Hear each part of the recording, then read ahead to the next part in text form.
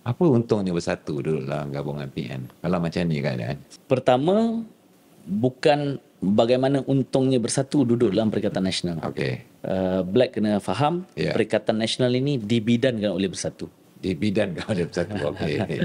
Okey. Dan PAS. Okey. Okey, kita adalah dua parti yang membina Perikatan Nasional. Okey. And of course, kepimpinan dalam Bersatu, khususnya Yang Berhormat Tan Sri Muhyiddin sebagai Presiden Bersatu adalah yang juga pengerusi Perikatan Nasional, adalah orang yang menerajui Perikatan Nasional dalam pilihan raya umum yang lepas. Kali pertama kita masuk dalam pilihan raya sebagai satu coalition, dan hakikatnya kita menang. Kita menang walaupun kita tidak menubuhkan kerajaan, tapi in reality kita menang. Tetapi dalam hal ini, bila kita duduk dalam satu muafakat politik, I think yang paling penting ialah bagaimana komunikasi dan juga bagaimana untuk kita menguruskan koalisi kita itu dengan baik. Bagi saya, dalam politik ini mudah saja. Kita mesti realistik. Kita mesti pragmatik. Daripada kita jadi pembangkang, lebih baik kita jadi, seharusnya kita berusaha untuk jadi kerajaan.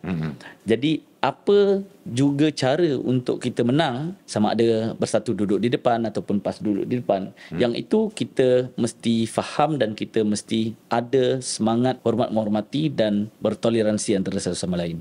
Jadi